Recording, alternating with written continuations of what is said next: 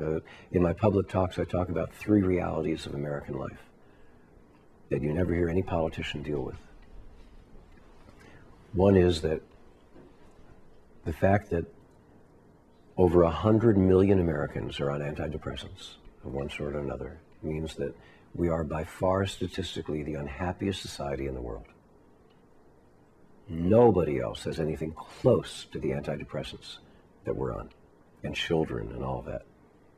The second fact is American children by far are the most violent human beings who have ever lived. American children, especially boys under 17. The most violent human beings, not just the most violent children who've ever been raised, the most violent human beings who've ever lived. American children today. The third fact is we're a tiny sliver of the world's population, and we imprison a quarter of the world's prisoners. I heard that just last week. I think we have 5% of the population of the world, with a quarter incarcerated. Of the incarcerated. So if we're the unhappiest people, the most depressed people in the world, raising the most violent children who've ever been born, and locking up our people at a rate 5 times what our population would suggest, wouldn't you think that'd be kind of interest to Hillary or McCain or Barack to talk about? Wouldn't that be of interest to some American elder to sit down with the American population and say, we're good people, we're smart people, we're compassionate people, we don't have to settle for being the most depressed people in the world or the most violent, lost children the world has ever known, and locking people up as a first response to crime rather than as a last resort? We don't have to settle for that. But you're not going to hear any major figure talk about it because we're just in some weird consumer loop where everybody's just trying to pander to the customer, and the customer is the guy who votes or spends money. And how can you be a spiritual teacher if your livelihood is dependent on the guy who votes or spends money? You have to be somebody who's promising a product. The same with a politician. How can you be a political leader if all of your advisors are saying, this is what people want you to say, so say this? I mean, it's just the worst, most discouraging thing there is. And prisoners are in a unique position. Prisoners aren't even allowed to vote. They don't have any money to spend.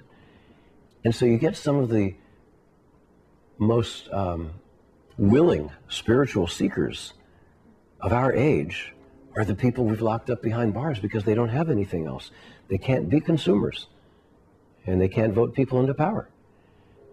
And so we've found this tremendous, to Ramdas and me, astonishing number of people in prisons who are really interested in finding something richer and deeper that doesn't require changing your external environment, that they have no power to change.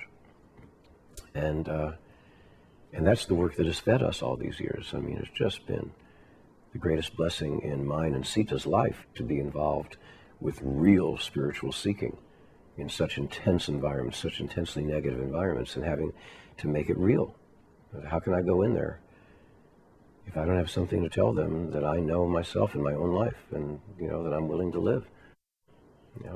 How do I sit with a kid, a 17-year-old kid who's just been sentenced to 65 years in prison, and tell him there's something for him not to commit suicide for, unless I know that, unless I'm willing to live it? So that's how the prison work started, and that's what keeps it going.